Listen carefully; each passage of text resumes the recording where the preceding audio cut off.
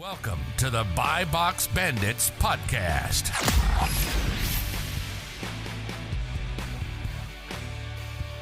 What's up, everyone? Welcome back to the Buy Box Bandits podcast. Today we have a Twitter celebrity guest, as of the past month, the most consistent man on the Amazon internet right here.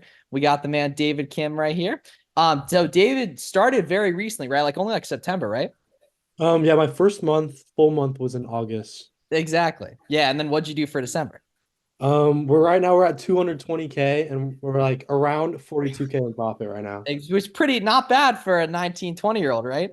Yeah, not bad at all. Yeah, so you love to see it, right? So my man is from Oregon, right? So he's got the no sales tax situation going too. And you got pretty similar story myself with a shoe reselling background too, right?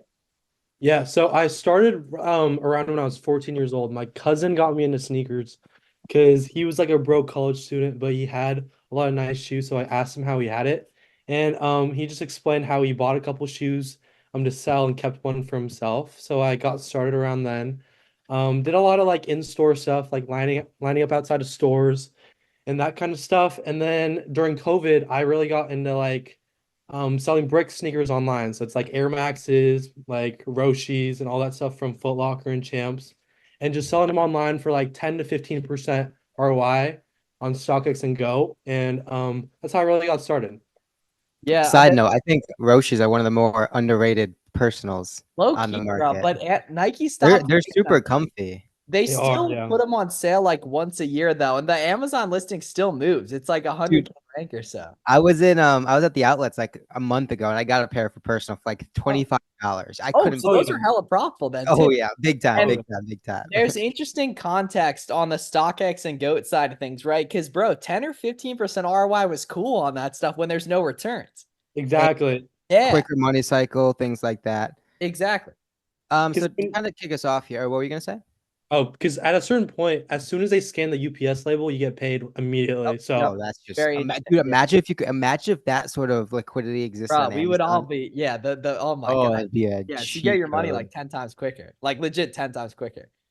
So to kind of kick us off, obviously you had sort of the validation and the confidence in internet money, right? You came from that sort of shoe resale space, which Miles and I can see that the conversion for that sort of person over to Amazon is extraordinarily high.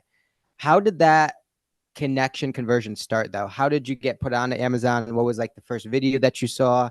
What piqued your interest, and kind of how did that transition start? So I kind of There's a lot of shoe reseller people that are going to listen to this that haven't made that transition yet, for context. So I stopped selling shoes right after COVID. I made like a decent amount, but it was just too much for myself to handle at 16. It was too much time and it was really taxing because it was pretty much like you're doing FBM, but you're getting hundreds and hundreds of pairs of shoes a day. You have to manually ship them out. So like mentally it was something like I couldn't handle even though the money was great. But I stopped doing it for a while, did it like on and on for a little bit. And I saw one of my buddies on Instagram. He did like 1.2 mil on Amazon in a 12-month span. So I slid up on his story and I was like, dude, how are you doing this? I was like, this is awesome. And he's like, well, we're just doing the same thing we used to do in the past, but we're just selling all those stuff on Amazon.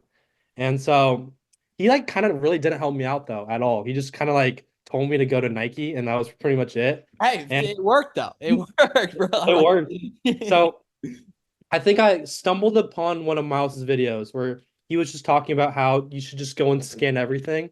So I went to a couple of different Nike outlets. I have one 40 minutes south, and I have another one in like an hour and 30 away.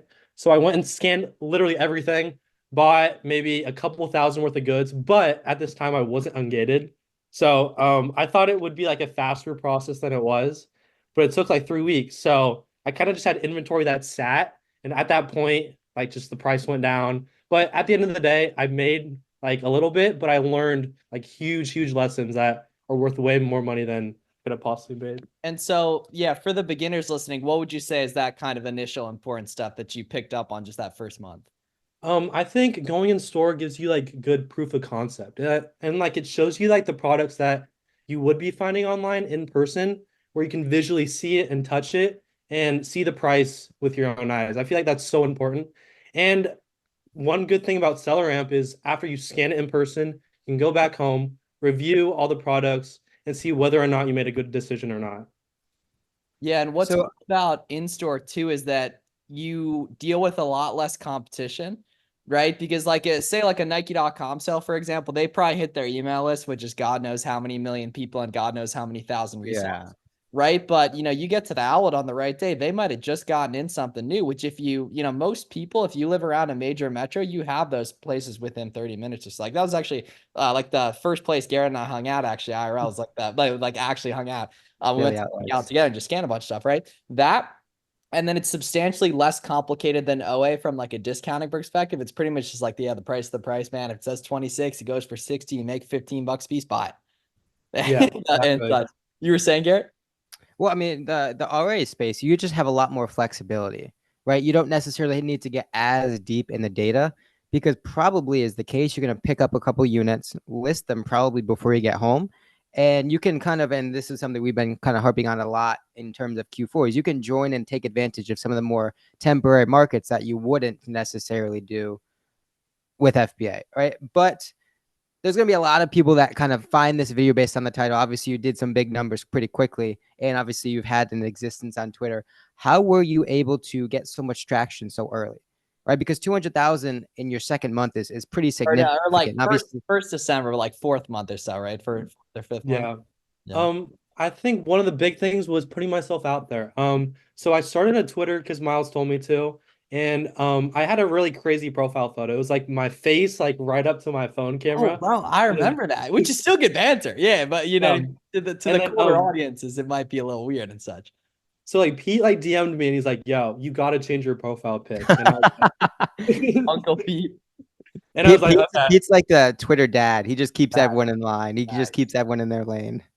Yeah, so I did that and I changed it to like one of my photos with like a ton of boxes in the background. And he said that's a lot better. And one thing I did that I think made me stand out was I posted daily videos with like my seller board profit and loss sheet next to Right. me because I think a lot of people like they give like a misunderstanding of what Amazon truly is because like they just show like the orange bars and the orange bars don't really mean anything if there's no profit behind it. And I think I wanted to be really like transparent with the people on Right. Twitter about how much I'm making, what I'm doing that day, and just like keeping in check with myself in a way to like make videos every day and exist on Twitter as a whole. Dude, yeah, So let's break down. Let's dig into like the December numbers a bit more. Obviously, 220, whatever it was, thousand. 140 buy cost, $80,000 buy cost, whatever that is. Is that retail arbitrage, online arbitrage? What's the breakdown in terms of the across the two? So I go to school down in Eugene, and there's one Nike outlet on the way back to Portland, and I stop by that pretty much every time I drive home and back from school. So that's like the only RA I really do in my area, maybe some Dicks here and there. But it was 90% OA, and I purchased a lot in October when I first started working with Miles, and I thought I went too deep in November. I was like kind of kicking myself in the foot, like pissed off that this stuff wasn't selling. But I just like stayed true to my maximum, my mins, and I just kind of held through. Then December one day I woke up and it was like half of it was gone. I was like, well, I guess I made like a good decision there. But I think a good thing that I learned from watching your videos was a lot of people were saying that they didn't buy enough. And I didn't want my problem to be I didn't buy enough. I wanted my problem to be I didn't have enough money to buy more. And so before Black Friday even hit, I was tapped on capital. Like the plum was maxed. They gave me a phone call, I think on like a Thursday, saying that they want me to pay off my cards. And I was like, I have no money. I can't do that. And I was like, is there any way I can get more money? I promise I'll pay you off. And they're like, well, if you pay off like 20K, I can guarantee that we can give you like 5K to spend. And I looked at him, I was like, dude, that makes no sense to me. Why would I do that? So I just ran out my personal 0% APR card that I opened up with my bank. And every time I got an Amazon payout, I paid that off like a little bit. And I just spent on that for the rest of the month. By the way, we definitely do not recommend this to people. Oh yeah, yeah, definitely not, right? But it's like, have I done it? Of course I have, right? And they, Of course. it's starting to get serious when you're bringing out the personals. You're like, yeah, like screw it, the bag's worth it enough. I'll screw up the personal credit score temporarily, and then take take a month off or so from, but it's like literally, I was talking about that the last episode we did with Kat there too. So what does it look like in terms of your setup, in terms of buying and such, right? Is it virtual assistants? Is it just you by yourself? Is it you and the boys? Is it a combination of all that? Talk us through what it actually looks like buying, because getting good products is pretty much the bottleneck for everyone.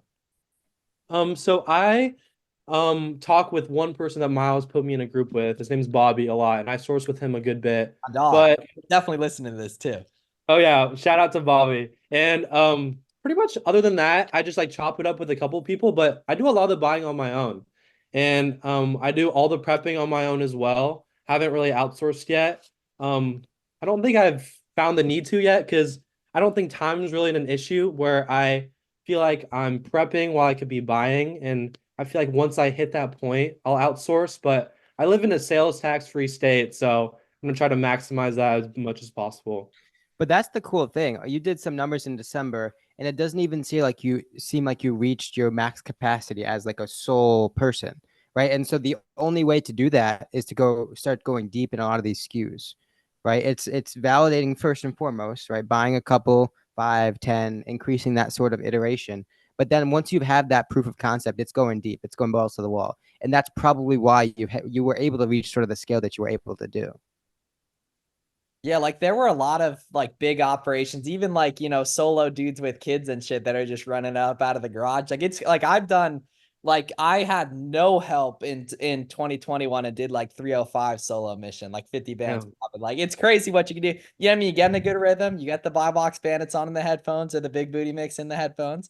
Right, which by the way, too, that's like a weird name. And like for some reason, a lot of people still haven't typed it in on YouTube, right? We're not crazy, just typing it on YouTube, listen to it a little, you'll see what we're talking about with that. But a lot of people are like, dude, I have no idea what you're talking about. Look it up. But right, you can do a lot, especially when you're getting going. And the big thing too is like David, in the future, I was saying this, like you're gonna have help if you want it. Like, do you want to have like a warehouse and a big operation? Because I know you're only a sophomore. We were talking about that last night in college. So you got a lot of years to figure it out. I think I'm gonna finish out school this year, and then my plan is to take a gap Oh, a semester break. Yeah, Yeah, Start right. The famous gap year. Yep. And see what I can do because I feel like a lot of my time is spent traveling and like it's a 2 hour drive from school and then 2 hour drive back. So I usually drive back Thursday night and then I come back to school Sunday night after prepping at home. And like I feel like that's a lot of time. And like if I'm half doing school and I'm half doing like Amazon, I'm not like getting the best of both worlds. So that's something I really had to consider. Like what is like valuable to me and what do I value? And I see Amazon as like a venture of like financial freedom in the future. Like I can't probably not gonna do Amazon forever, but eventually I wish that Amazon could lead into other ventures in life. And I feel like school is not one of them, but I really enjoy like the social aspect of school, like the people and like where I am. But for my future, I think like a gap year would be good just to get myself together. Well, yeah, The, and you the, never the gap young year has claimed so many Amazon kids' facts. Well, college it's a tough careers. thing. There's a lot of people that have to have tough decisions like that when you're talking about like whether it be like working a job where they don't, pay you a lot, but you're like some people are like nervous about leaving and such, right? And I was telling these dudes the other day, like dudes who are making money, like 10 to 30K a month profit, right? And you started 6 months ago. Like imagine what you can do over a couple years. But I'm telling these dudes, like, dude, imagine what you can do with 8 hours extra a day forever. Like, and I was telling these dudes, like a hell of a lot more than you think you can, right? But you build that self-confidence in yourself, right? Like you probably weren't thinking at all about, taking a gap semester, 3 months ago and such. No, not at all. Yeah. And what did the old parents have said over the That's a past good couple one. months? Yeah. Yeah. We haven't asked that in a while to anyone. My dad thinks it's sick. Like my dad wants to like learn it himself. My dad's like a consultant, so he makes like decent money, but like he thinks it's sick. And my mom's like, they're always skeptical when I tell them how much like money I spend and how much money I Yeah. have on the credit cards and I have to pay it off. And they're just like, dude, are you sure you can pay that off? And I was like, I always tell them that I am. But I think like one of the big things is that they trust in me and they know that I trust in myself. So at the end of the day, they're just like they're just worried about my health. Sometimes they think I work too hard and they think that like I just don't do other things, but like I'm telling them that this is like a short-term sacrifice for like long-term longevity That's and it. that um like this year I'm like really trying to find balance like of going to the gym more, like hanging out with my friends more because like the past like 3 or 4 months, I've kind of been like locked in, and It's I not a think bad thing. It's the time to do Yeah, it. mission over everything. Mission over everything. Yeah. yeah, but hopefully they understand, and I think I'm gonna send this podcast to a couple of my buddies so they understand what I'm Yeah, really doing. boys, if you're listening to this, right, bang. Flips for Miles free course on YouTube. Bang. Click the other episodes. Celeramp, Keepa, come to the live streams, right? Follow all the boys on Twitter, right? Auto on gate list immediately, right? Get that Nike on gate order place, right? Potentially the plum as well, right? They're going to give you that approval when you're ready, right? And then you got to get to that closest Nike out as possible. You want to compress the time frame as much as possible to get those 6 steps that I just put in. They can be done in as little as a week. I saw a dude get ungated last night in Nike on his first try. Damn, wow. Yeah, bro's destined for greatness. Destined for greatness right there. What I liked, I thought it was like neat. My parents were the same way. They like really trust you and everything, like as long as you're, doing your thing and everything. Cause at the end of the day, like I was listening to this podcast called My First Million the other day, and he was talking about how like they had their friend group like 10 years ago, and like pretty much everyone that stuck with it ended up getting rich. Now we're talking about a significantly smaller scale here, but like we can literally see Garrett and I, we're talking about it's like almost 3 years. We've been cool talking every day, and everyone who's stuck with it, their life has gotten substantially better. Everyone that committed to the mission and such, right? But if you only talk about doing it for 3 months or 6 months, it's probably not going to work to the capacity you want it to. But over a couple of years, it's pretty feasible for it to work out. Like back in the day, like when you started out selling shoes, it was probably like a really slow process to get the ball rolling. Definitely was for me.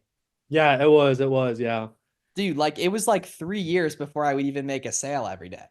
Right. But then now, now on Amazon, you've had 1,000, literally days where you've had 1,000 sales and such. So talk about that, because you have a fairly interesting setup where it's kind of takes a lot of effort for you to even like get products prep and such, just circumstantially like living situation and such. So talk through that whole thing, because a lot of people have a lot of excuses. And I know you got an interesting setup with like the driving back and forth, the not really doing much FBM, it's a whole bunch of stuff like that. So yeah, so for like the past 3 months since October, I've been driving home Thursday night after my last class, going home, unboxing all my packages, prepping like Thursday night, Friday, Saturday, and sourcing as well if I have time. But that's what I've been doing because I think that it's worth it to me to save like $3,000-4,000 on prep costs if I can. And my mom helps me out too. Shout out to her. She's probably gonna be watching this as well. And she's probably receiving Monday through Wednesday, right? Receiving all those boxes. Oh yeah, yeah. So my parents both they've been receiving packages like I don't know, forever now, but shout out to them. They always like make sure that all my packages stay dry. They're in the garage. Big. And The dryness is huge, man, right? Yeah, getting it in inside if it's rainy, getting it in quick and everything. There's important cogs in the machine for sure. and if I'm not home, they make sure the UPS driver picks up my packages and like they do a lot. They do a lot for me and I really appreciate it. But without them, I don't think it's possible as well because I've turned my parents' garage into like a mini warehouse. So I have like my 2 prepping tables in the corner. I have like the shelves on the right, and I just kind of like organize everything with Home Depot boxes based on SKU for like FBM purposes during December. So I have like lines of Home Depot boxes with different SKUs and labels of what each product is. And that's pretty much it. But I think the value in prepping your own products is I feel like you have to learn to know to how to do it. Like prep centers are great if you have like a like 10% sales tax, it makes sense. But like it's good to learn yourself because like no matter how good they could be at prepping, like you have to know how to do it yourself or it just doesn't make sense. And the turnaround time's huge, dude, too, because when you're new, right, especially if we're talking about FBM, but even FBA doing it yourself, you probably save like 2 or 3 days as well. Like that time cost of learning is really, really crucial as well. So you were garage only, no bedroom, no living room, no dining room table. No, because usually all of my FBA products, they're in and they're out. So no, Yeah. nothing else. Damn, the bedroom. You're lucky you saved the bedroom looks good. The bedroom looks really good actually for December here. Like my bedroom's still messed up back in Pennsylvania. And that was 4 years ago. So what are your thoughts on like wholesale and stuff moving forward? Because you have obviously an advantageous situation being in a no sales tax state OA wise. Where do you see that evolving in 2024? 2024, I want to like really get better at OA, better at sourcing, better with time management, and if need be, to outsource some stuff like some admin work. with a VA. That'd be awesome. But I could see wholesale maybe in the near future, but I really want to like get better at OA. I feel like OA is like a great skill that takes time to learn and lots of like repeated action. And I feel like that's something that I understand pretty well and something I'm eager to learn more about. So that's something I really want to focus on. But I could see wholesale being like in the future soon because wholesale gives you a lot more time. And I feel like time is so valuable because I want to spend time traveling. I want to spend time skiing. And that's some stuff that like prepping your own products and constantly sourcing isn't going to provide you. And that's like what I hope Amazon could give me in the future. And I think wholesale is something that would help me with that. So we're recording this the 27th of December. Q4 craziness is starting to slow down a bit. People have finally gotten a chance to catch their breath. Have you had the chance to kind of reflect on the past couple months, the craziness, everything that's going on? And if so, what are some takeaways, right? Obviously, a lot has gone right, but I'm sure some things have gone wrong. Apart from the obvious, I wish I spent more on X SKU, Y SKU, Z SKU. But like, have you had any takeaways in terms of like maybe starting to think towards next Q4, next year, that sort of thing?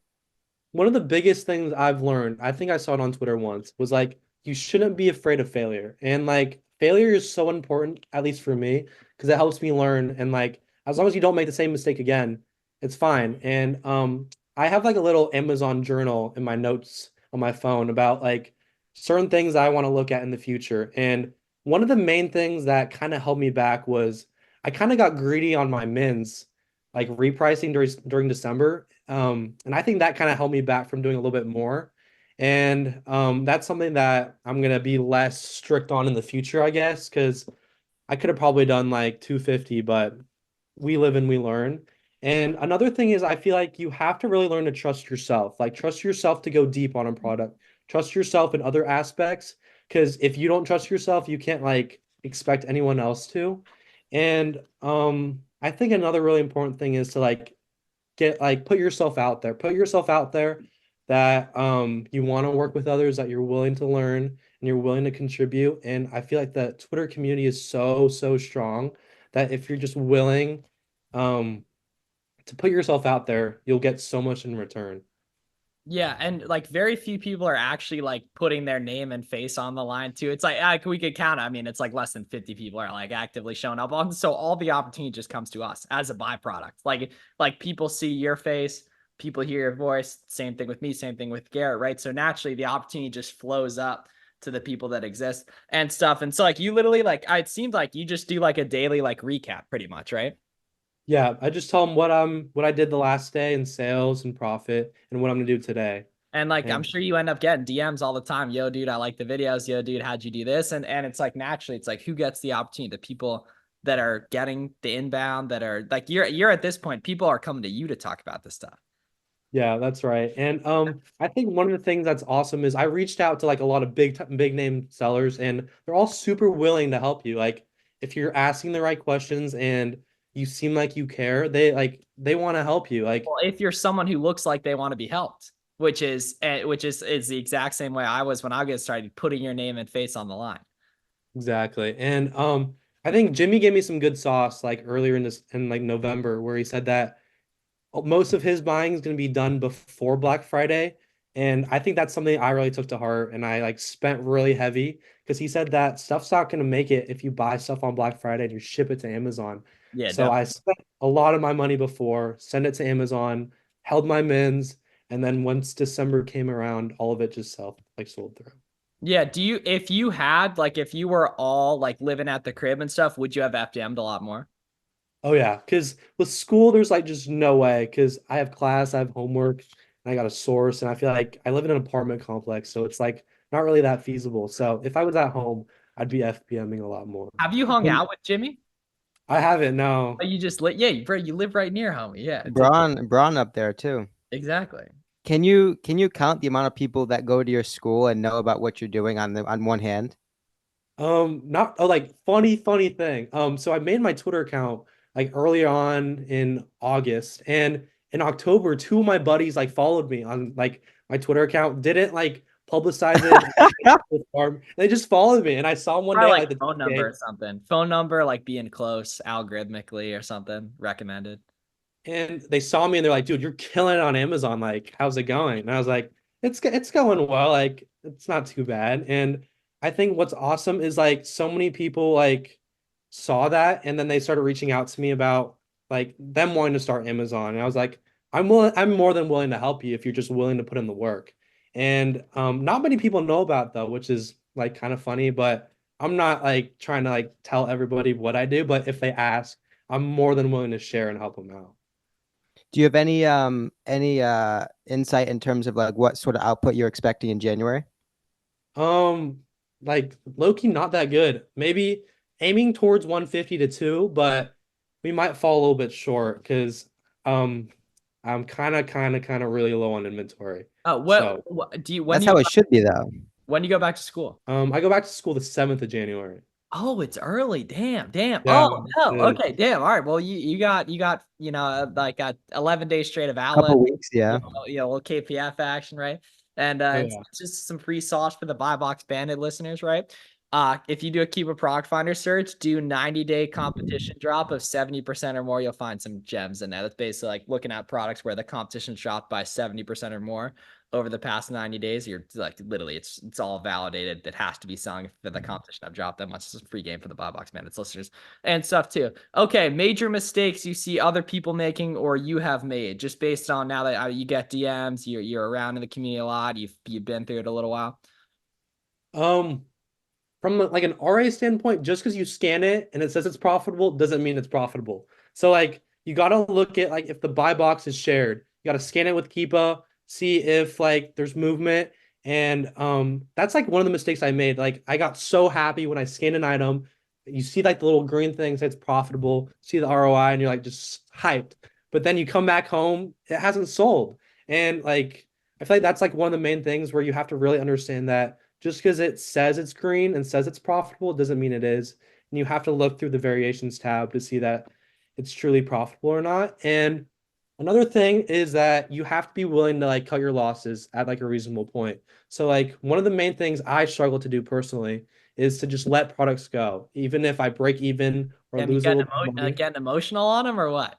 I'm just kind of like just bummed. I'm like, damn, like Yeah, what? lesson learned. Yeah, keep rolling. You think Jeff Bezos ever had some bad days? Fuck yeah, he had some bad Oh days. yeah. He kept it rolling. He kept it rolling. Yeah, and I think that's like a huge thing. You got to just sell through it, flush it, and then move on. And that's like a good way to keep your cash flow flowing. Is to just get rid of sale products, which is great in December because the volume's so high. It's so easy to get rid of stuff.